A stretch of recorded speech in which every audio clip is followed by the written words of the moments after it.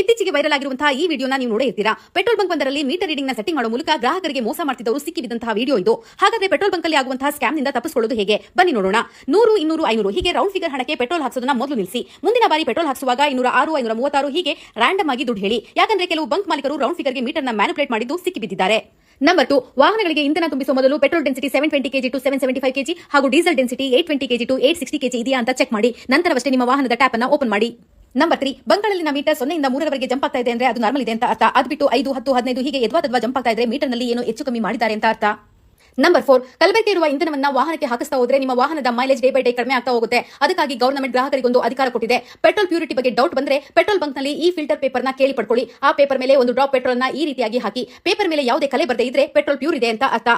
Petrol bunk ನಲ್ಲಿ ಯಾವುದೇ ರೀತಿಯಾದಂತಹ ಸ್ಕ್ಯಾಮ್ಗಳು ಕಂಡು ಬಂದ್ರೆ ಈ ಹೆಲ್ಪ್ ಲೈನ್ ನಂಬರ್ಗೆ ಫೋನ್ ಮಾಡಿ ನಿಮ್ಮ ದೂರನ್ನ ದಾಖಲಿಸಬಹುದು. ಸ್ಕ್ಯಾಮ್ ಸಾಬೀತಾದ್ರೆ ಅವರ ಲೈಸೆನ್ಸ್ ಕೂಡ ರದ್ದಾಗುತ್ತೆ. ಮಾಹಿತಿ ಇಷ್ಟ ಆಗಿದ್ರೆ ಲೈಕ್ ಮಾಡಿ, ಶೇರ್ ಮಾಡಿ, ಫಾಲೋ ಮಾಡಿ.